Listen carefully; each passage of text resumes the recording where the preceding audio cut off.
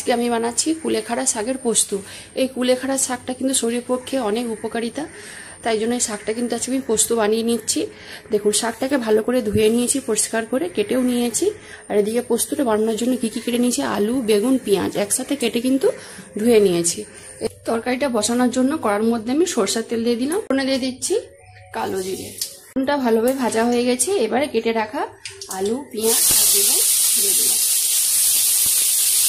পরিমাণ মতো হলুদ গুঁড়ো, পরিমাণ মতো নুন, অল্প একটু চিনি। ভালো করে আমি সবজিটা একটু ভাজা ভাজা করে নিচ্ছি।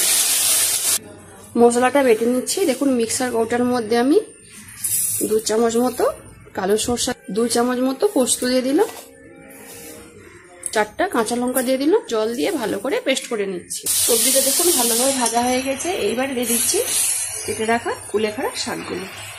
শাকটা কিন্তু ভালোভাবে সিদ্ধ হয়ে গেছে। এবার আমি দিয়ে দিচ্ছি মশলা বাটাটা। সরষা, পোস্ত, কাঁচা লঙ্কা একসাথে বেটে নিয়েছিলাম। পরিমাণ মতো দেখুন জল দিয়ে দিচ্ছি। এবারে ভালো করে সিদ্ধ করে নিচ্ছি, এটা একটু চাপা দিয়ে। কুলেখাড়া শাকের পোস্তটা দেখুন একদম শুকনো শুকনো করে নিয়েছি, আর একটু খুন্তি দিয়ে আমি কিন্তু ঘেটে নিচ্ছি। সব সিদ্ধ হয়ে গেছে ভালোভাবে, আর তরকারিটাও হয়ে গেছে। এবার উপর থেকে আমি অল্প একটু কাঁচা সরষের তেল দিয়ে ভালো করে মিশিয়ে আমি জায়গাতে ঢেলে নিচ্ছি।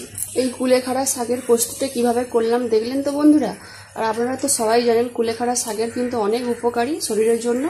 যদি রেসিপিটা ভালো লেগে থাকে তাহলে অবশ্যই একবার বাড়িতে বানিয়ে খেয়ে আমাকে কমেন্টে জানাবেন। যেসব বন্ধুরা আমার রান্নার ভিডিও দেখতে পছন্দ করেন তারা ফেসবুক থেকে আমার রান্নার ভিডিও প্রোফাইলটাকে লাইক, কমেন্ট, বন্ধুদের মাধ্যমে শেয়ার করে পাশে থাকবেন। যারা ইউটিউব চ্যানেল থেকে দেখছেন তারা সাবস্ক্রাইব করে পাশে ঘন্টায় ক্লিক করবেন।